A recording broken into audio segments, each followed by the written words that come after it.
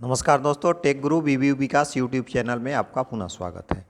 दोस्तों, जैसा कि आप स्क्रीन पर देख पा रहे हैं, IS 1030 in Hindi Indian standard carbon steel casting for general engineering purpose specification है दोस्तों। तो दोस्तों, ये IS 1030 कार्बन स्टील कास्टिंग का स्पेसिफिकेशन है दोस्तों। साथ ही सेशन को शुरू करने से पहले आपको बता दें कि ये IS 1030 का दूसरा सेशन है। एक्चुअली हमने चाहा था दोस्तों कि एक ही सेशन में पूरे टॉपिक को कवर कर लेंगे, लेकिन हमें लगा कि वीडियो ज़्यादा लंबा हो जाएगा, इसलिए हमें 2 पार्ट में करना पड़ा। तो आपको बता दें दोस्तों कि IS 1030 का ये दूसरा सेगमेंट है। साथ ही दोस्तों, जैसा कि आप स्क्रीन पर देख पा रहे हैं, सीरियल नंबर 1 से लेकर के 16 तक जो भी डिफरेंट टॉपिक है, इन सब टॉपिक पे वीडियो बना करके हम छोटे छोटे सेगमेंट में आप लोग के बीच में हम शेयर कर चुके हैं। तो चलिए आगे बढ़ेंगे दोस्तों, और हम इस सेशन में बात करेंगे मैकेनिकल टेस्ट का। दोस्तों, लास्ट सेशन में इंट में भी हमने मैकेनिकल टेस्ट के बारे में बात किया था, लेकिन चलिए एक बार पुनः देखते हैं। तो the mechanical test property specified are those in which are obtained from test bar cast either separately from the test or casting whichever refer to treatment treated in given 12. The test value so executed therefore represent the quality of steel from which casting has been poured. They do not necessarily represent the property of the casting themselves. तो दोस्तों, जो mechanical testing किसका करते हैं? Mechanical testing करते हैं उस casting बार का, और जो आइदर जो कास्टिंग आइटम है उसमें अटैच्ड है या फिर कास्टिंग आइटम के साथ में ही उसको कास्ट किया हुआ है, जो कि जो 12 नंबर टॉपिक है। अगर पीछे की हम बात करते हैं, 12 नंबर में हमने जिक्र किया है कि हीट ट्रीटमेंट जो 12 इन गिवन 12 मतलब हीट ट्रीटमेंट जो 12 नंबर है क्लॉज, उस पर हीट ट्रीटमेंट के बारे में दिया हुआ है दोस्तों। आप पिछला प्रीवियस वीडियो रेफर कर सकते हैं इसके लिए। तो हीट ट्रीटमेंट जिसमें हुआ है उसी के अनुसार हमें उसी के साथ में जो मैकेनिकल मतलब अगर हीट ट्रीटमेंट जो कर रहे हैं, हम जॉब को कर रहे हैं, पार्टिकुलरली जॉब को टेस्ट, तो उसी के साथ हमें टेस्ट स्पेसिमेन को भी हीट ट्रीटमेंट करना है। The tensile test can be out accordance with IS 1608। The relevant mechanical property shall be given in table 2। Tensile strength किसके अकॉर्डिंग टेस्ट होगा दोस्तों? IS 1608 के अकॉर्डिंग। और रिलीवेंट मैकेनिकल प्रॉपर्टी जो टेबल नंबर 2 में दिया हुआ है उसको आगे हम डिस्कस करेंगे। अगर हम बात करें दोस्तों, side in enquiry and order impact test shall be carried out in accordance with the IS 1757 and the value obtained shall confirm the requirement given in table 2। अगर कहीं स्पेसिफाइड किया हुआ है कॉन्ट्रैक्ट डॉक्यूमेंट में दोस्तों कि इम्पैक्ट टेस्ट रिक्वायर्ड है, तो IS 1757 के अकॉर्डिंग के अनुसार वो टेस्ट किया जाएगा, जैसा कि टेबल 2 नंबर 2 में डिस्क्राइब किया हुआ है। Bend test is so specified at time of inquiry and order. Bend test shall be carried out accordance with IS 1599. Test piece shall be capable to be bent cold without fracture to an angle given in table 2. Round mandrel having diameter of 50 mm। तो दोस्तों, अगर specified किया हुआ है order में, inquiry में, तो उसके अकॉर्डिंग बेंड टेस्ट भी कैरी आउट होगा, जो कि जिसका रेफरेंस स्टैंडर्ड 1599 के अकॉर्डिंग के अनुसार बेंड टेस्ट कैरीड आउट होगा, जिसका वैल्यू जो फ्रैक्चर एंगल दिया हुआ है टेबल नंबर 2 में डिस्क्राइब हुआ है। और अगर मैंड्रेल की बात करें तो उसमें मैंड्रेल का डायमीटर जो है 50 mm के मैंड्रेल पे किया जाएगा। ठीक है दोस्तों, अगर आगे बढ़ेंगे तो bend test piece shall be suitable length convenient for machining in which they will be bent and shall be either a diameter of 25 mm or rectangular of section 25 mm into 20 mm. The edge of rectangular test piece shall be rounded to radius not more than 1.5 mm, and in case of rectangular test piece the test shall be made bending the test piece over the thinner section. तो दोस्तों, अगर हम बात करते हैं तो अगर round piece की बात करते हैं तो राउंड पीस का बेंड टेस्ट करना है तो उसमें डायमीटर जो होना चाहिए 25 mm होना चाहिए, 25 mm होना चाहिए और सफिशिएंट लेंथ होना चाहिए। अगर रेक्टेंगुलर की हम बात करें दोस्तों तो उसका 25 बाई 20 का होना चाहिए, 25 बाई 25 mm बाई 20 mm का होना चाहिए, लेंथ सफिशिएंट होना चाहिए। साथ ही अगर हम रेडियस की बात करें दोस्तों, रेक्टेंगुलर टेस्ट पीस का जो रेडियस की बात करें, जो कॉर्नर रेडियस की बात करें, तो उसमें क्या है 1.5 mm से ज़्यादा नहीं होना चाहिए। और बेंडिंग टेस्ट जो मेड होगा, बेंडिंग टेस्ट जो करना है मैंड्रेल में, वो थिनर सेक्शन के अलोंग होगा। तो चलिए आगे बढ़ेंगे दोस्तों, और हम देखेंगे, देखिए कि जैसा कि आप देख पा रहे हैं यहाँ टेबल नंबर 2 दिया हुआ है, mechanical properties, clause number 13.2, 13.3 and 13.4। तो क्लॉज नंबर 13.2, 13.3 और 13.4 में हमने जो देखा हुआ। साथ ही आपको बता दें, जैसा कि आप देख पा रहे हैं सीरियल नंबर 1 से लेकर के 8 तक दिया हुआ है, डिफरेंट टाइप ऑफ ग्रेड दिया हुआ है। आपको हमने फर्स्ट में बताया था कि जो कास्टिंग जो है, जो IS 1030 है, वो 8 टाइप का कास्टिंग को इन्वॉल्व होता है। इसमें 8 टाइप का कास्टिंग होता है, जिसमें आप देख पा रहे हैं। और सेम मैकेनिकल प्रॉपर्टीज का इसमें N और W से डिनोट, सेम अगर हम बात करते हैं ग्रेड का, तो N और W से डिनोट किया हुआ है। इस N और W के बारे में और केमिकल प्रॉपर्टीज के बारे में दोस्तों पिछले सेगमेंट में ऑलरेडी आप लोग के बीच में हम डिस्कस कर चुके हैं पार्ट 1 में। तो यहाँ आप देखिए कि यहाँ सीरियल नंबर दिया हुआ है 1 से 8 तक। अगर ग्रेड की बात करते हैं तो N और W दिया हुआ है, N और W प्रीफिक्स में दिया हुआ है। टेंसाइल स्ट्रेंथ की बात करें तो मिनिमम दिया हुआ है, यील्ड स्ट्रेंथ में MPa में मिनिमम दिया हुआ है, इलोंगेशन परसेंटेज मिनिमम दिया हुआ, and reduction of area percentage minimum दिया हुआ है, इम्पैक्ट स्ट्रेंथ मिनिमम दिया हुआ है, एंगल ऑफ बेंड और डिग्री मिनिमम दिया हुआ है दोस्तों।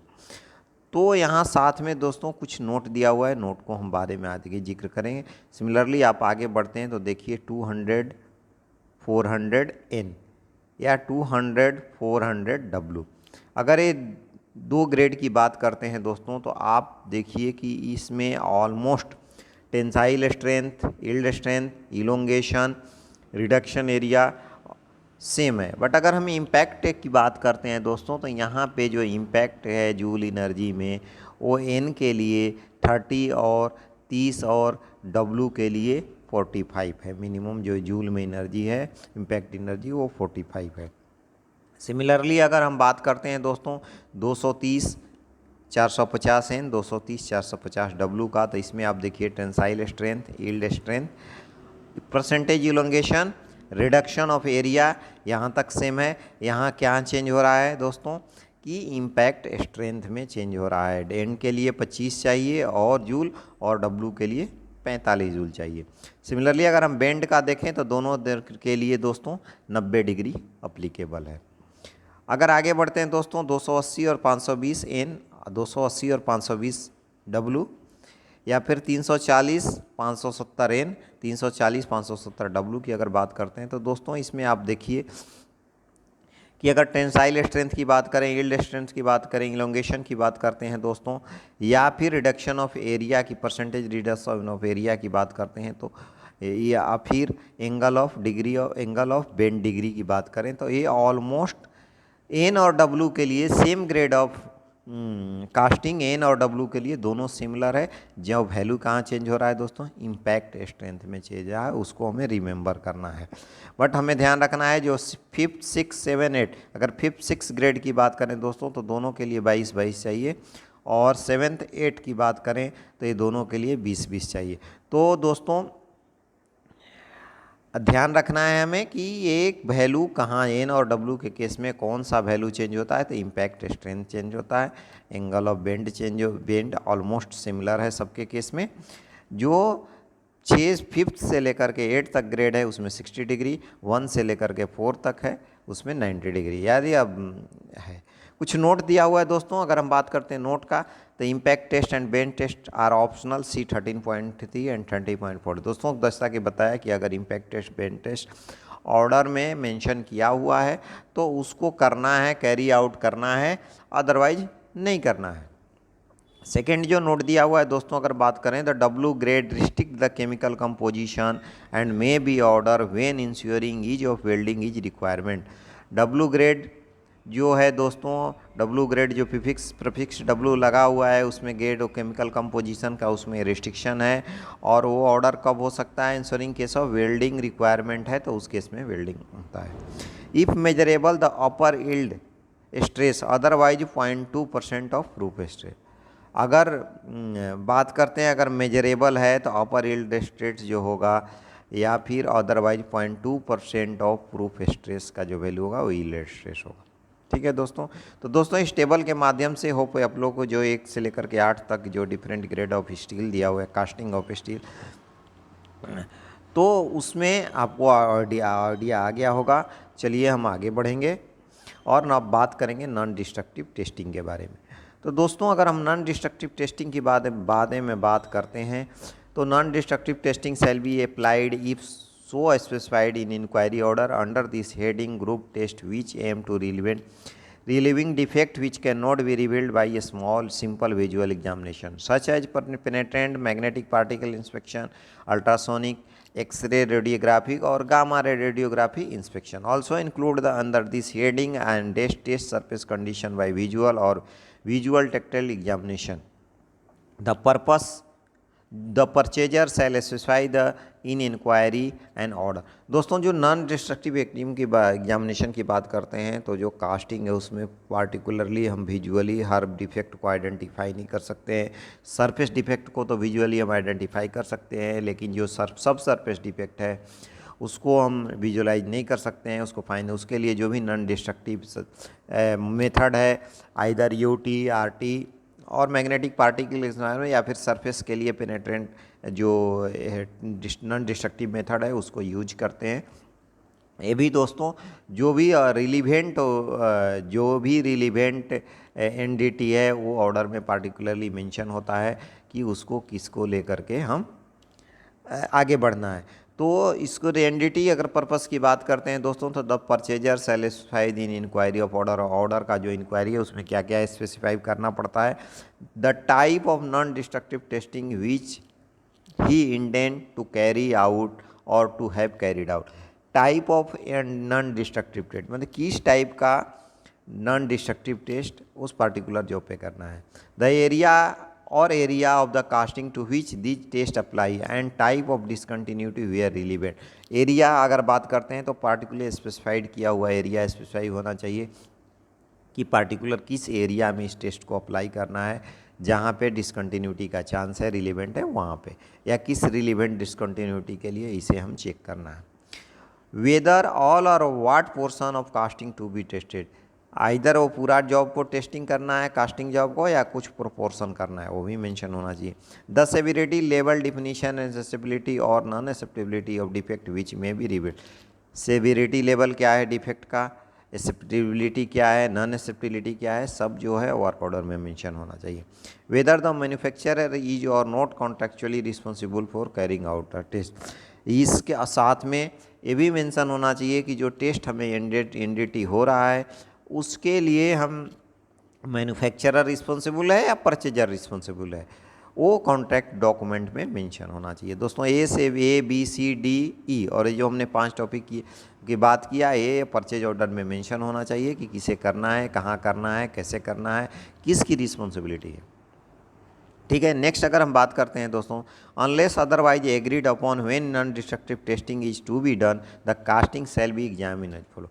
अगर दिया हुआ है, अगर हमें करना है नॉन डिस्ट्रक्टिव टेस्टिंग तो कैसे करेंगे, किस मेथड से करेंगे, किस मेथड से एग्जामिनेशन करेंगे दोस्तों। तो अगर अल्ट्रासोनिक एग्जामिनेशन की बात करते हैं दोस्तों तो IS 7666 से करेंगे।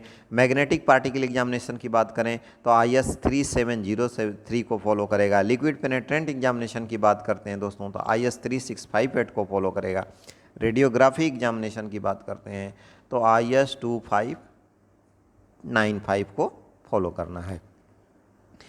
नेक्स्ट अगर बात करें दोस्तों, unless otherwise agreed upon the following shall be accepted. अगर एग्रीड है तो एक्सेप्टेंस स्टैंडर्ड क्या होना चाहिए, तो IS 9596 अल्ट्रासोनिक इंस्पेक्शन का acceptance standard, 10724 magnetic particle inspection, 11732 liquid पेनेट्रेंट inspection and IS 12938 radiographic inspection का ये जो एक्सेप्टेंस क्राइटेरिया है इसमें मेंशन किया हुआ है, इसको फॉलो करना पड़ेगा। नेक्स्ट अगर हम बात करते हैं दोस्तों, अगर कोई डिफेक्ट आता है तो उसे रिपेयर कैसे करेंगे कास्टिंग में, तो unless otherwise specified by the purchaser in enquiry and order casting में बी रेक्टिफाइड बाय वेल्डिंग। अगर दिया हुआ है, नहीं कुछ दिया हुआ है, स्पेसिफाइड किया हुआ है तो उसे हम वेल्डिंग के द्वारा रेक्टिफाई करेंगे। All repair by welding shell be carried out accordance with the procedure laid down in IS 5530। कौन सा प्रोसीजर फॉलो करना है दोस्तों कास्टिंग रिपेयरिंग के लिए? तो IS 5530 में जो प्रोसीजर दिया हुआ है उसके अकॉर्डिंग हमें कास्टिंग का डिफेक्ट को रिपेयर करना है। If casting has been subjected to non destructive testing by agreement between the purchaser and manufacturer, the casting shall be re examined in the area of repair any rectification operation perform on the casting. अगर non destructive test mention किया हुआ है testing में दोस्तों, तो उसमें हमें ध्यान रखना है कि आफ्टर रिपेयर ऑफ वेल्ड से जो भी एरिया रिपेयर करते हैं उसके बाद में नॉन डिस्ट्रक्टिव टेस्ट उस पार्टिकुलर एरिया पे करना है। सॉरी, अगर आगे बढ़ते हैं दोस्तों, तो to form the basis of an agreement between purchaser and supplier in this respect where relevant the following classification shall apply concerning the extents of repair. कुछ जो बेसिक एग्रीमेंट है परचेजर और सप्लायर के बीच में, तो कुछ क्लासिफिकेशन जो कॉन्फॉर्मिंग जो रिपेयर है वो क्या रिपेयर हो सकता है, नहीं हो सकता है, ये मेंशन किया रहना चाहिए। तो चलिए देखते हैं क्या क्या रिपेयर हो सकता है। Weld repairing involving the depth not exceeding 20% of wall thickness or 25 mm whichever is lower shall be termed as a minor repair. तो वेल्डिंग में किसको रिपेयर करेंगे दोस्तों? माइनर रिपेयर को। और माइनर रिपेयर किसे कहते हैं? जो उसमें वेल्डिंग का वेल्ड रिपेयर अगर बात करें तो जो वॉल थिकनेस है उसका 20% होना चाहिए या 25 mm, दोनों में से जो कम होना चाहिए उतना ही जो वेल्ड रिपेयर एरिया अगर उतना है तो माइनर रिपेयर में है, उसको करना है। अदरवाइज मेजर रिपेयर के लिए तो फिर तो permission further. Any weld repair exceeding the above shall be termed as major repair. Further any single repair having area exceeding 250 mm square for every millimeter of wall thickness shall also 1030/1998 he deemed be major repair regardless of the consideration mentioned in above। तो दोस्तों अगर हम बात करते हैं major repair का, तो कोई भी जो एरिया है जो वॉल थिकनेस ये में मेंशन किया हुआ है 20% और 25 mm whichever is minimum, उससे अगर कोई जाता है तो मेजर रिपेयर है। फर्दर अगर बात करते हैं सिंगल एरिया का, तो एक not exceeding an area exceeding 250 mm square for every millimetre of wall thickness shall deemed as a major repair. अगर 250 mm बोलते हैं एवरी स्क्वायर एक वॉल थिकनेस के है तो वो भी क्या है कि वो मेजर रिपेयर के अकॉर्डिंग के अनुसार होगा। नेक्स्ट अगर हम बात करें दोस्तों कार्बन इक्विवेलेंट का, तो कार्बन इक्विवेलेंट की अगर बात करते हैं दोस्तों, तो carbon equivalent use unless otherwise specified in the enquiry and order otherwise agreed to be carbon equivalent for the purpose of guideline to determination of the pre and post weld treatment applicable to carbon and low alloy steel shall be computed as follow. तो unless otherwise अगर कोई specified किया हुआ है दोस्तों contract order में या नहीं किया हुआ है, तो उस केस में जो कार्बन इक्विवेलेंट है pre and post weld treatment को उसके अकॉर्डिंग करते हैं। कार्बन इक्विवेलेंट का वैल्यू निकाल करके ही pre and post weld heat treatment होता है। उसके लिए जो फॉर्मूला है कार्बन इक्विवेलेंट का दोस्तों C+Mn/5 Cr+MO+B/5 Ni+Cu/15 है कार्बन इक्विवेलेंट की क्राइटेरिया है। Based on the carbon equivalent जो वैल्यू आएगा दोस्तों उसके बेस में हमें pre and post weld treatment की क्या ज़रूरत है उसके अनुसार करते हैं। अगर हम बात करते हैं दोस्तों नेक्स्ट हाइड्रोलिक टेस्ट की अगर बात करते हैं, तो when so specified by the purchaser in enquiry and order a hydraulic test shall be carried out the detail of test shall be agreed to between the purchaser and manufacturer. अगर mention किया हुआ है कुछ भी purchase और enquiry order में hydraulic test करना है तो कैसे करना है, क्या एग्रीमेंट है उसके अनुसार करना है। The casting shall not be peened plugged और impregnated to stop leakage however unless otherwise specified at the time of inquiry and order rectification and upgradation of a casting by welding may be carried out in accordance with the approved procedure as laid down in the relevant clause of the standard। जैसा कि mention किया हुआ है दोस्तों अगर कुछ defect है तो जो रिलीवेंट स्टैंडर्ड मेंशन किया हुआ है, जैसे हमने बताया कि रिलीवेंट स्टैंडर्ड अगर वेल्डिंग से रिपेयर करना है तो IS 5530 को फॉलो करते हैं। तो जो भी परचेजर और मैन्युफैक्चरर के बीच में एग्रीमेंट है उसके अकॉर्डिंग ही हमें उस एरिया को रेक्टिफाई करना है। अगर मेथड ऑफ सैम्पलिंग की बात करते हैं दोस्तों, तो जो आपको मालूम ही है कि अगर बल्क क्वांटिटी, ज़्यादा क्वांटिटी में, ह्यूज क्वांटिटी में है कोई भी आइटम, तो उसका 100% इंस्पेक्शन करना पॉसिबल नहीं है, इसीलिए हम मेथड ऑफ सैम्पलिंग अप्लाई किया जाता है। जैसे शुरू में भी अगर आप जाएंगे तो मेल्ट, हीट, मेल्ट, कास्ट के बारे में ऑलरेडी IS 1030 का जो फर्स्ट है उसमें हमने डिस्क्राइब किए हुए हैं कि कैसे किसको हीट कास्ट बोलते हैं, किसको मेल्ट बोलते हैं। ठीक है, तो उसके अकॉर्डिंग हम जो सैम्पलिंग प्लान करते हैं, तो सैम्पलिंग प्लान अगर हम बात करते हैं mechanical test including read test का, तो अकॉर्डिंग टू IS 6907 के अकॉर्डिंग मेथड ऑफ सैम्पलिंग करते हैं। अगर मार्किंग की बात करते हैं दोस्तों, तो each casting shall be legibly marked with following may be relevant, however where linkage and traceability are required the relevant marking shall be indelible. तो दोस्तों अगर हम बात करते हैं मार्किंग का, तो जहाँ ज़रूरत है वो प्रॉपर तरीके से कास्टिंग पे मार्किंग होना चाहिए। कैसे होना चाहिए दोस्तों, चलिए आगे बढ़ेंगे। The number or identification mark by which it is possible to trace the melt and the heat treatment batch from which it was made. Number of identification क्या होना चाहिए, नंबर आइडेंटिफिकेशन ये किस बैच से है, क्या हीट ट्रीटमेंट प्रोसीजर किस heat treatment batch से है, उसमें मेड हुआ है, ये आइडेंटिफिकेशन होना चाहिए। मैन्युफैक्चरर इनिशियल और ट्रेडमार्क, मैन्युफैक्चरर का उसमें इनिशियल और ट्रेडमार्क होना चाहिए। Other identification mark according with any agreement between purchaser and manufacturer. इसके अलावा अदर हम बात करते हैं कोई और मार्क का, तो जो परचेजर और मैन्युफैक्चरर के बीच में एग्रीमेंट है उसके अकॉर्डिंग होना चाहिए।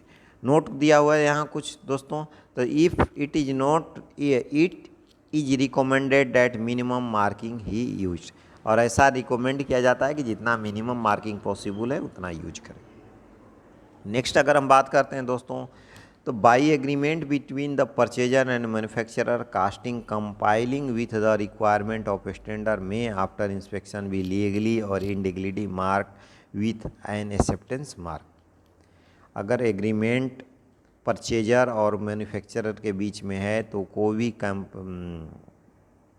जो एग्रीमेंट के अकॉर्डिंग जो भी एक्सेप्टेंस और नॉन एक्सेप्टेंस मार्क है, लीगली इनडिलीगली मार्क जो है उसको आइडेंटिफाई करना है।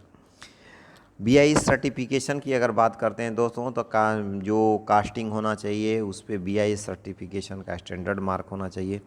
The use of standard mark is govern by the previous provision of Bureau of Indian Standard Act 1986 and rule of regulation made thereunder.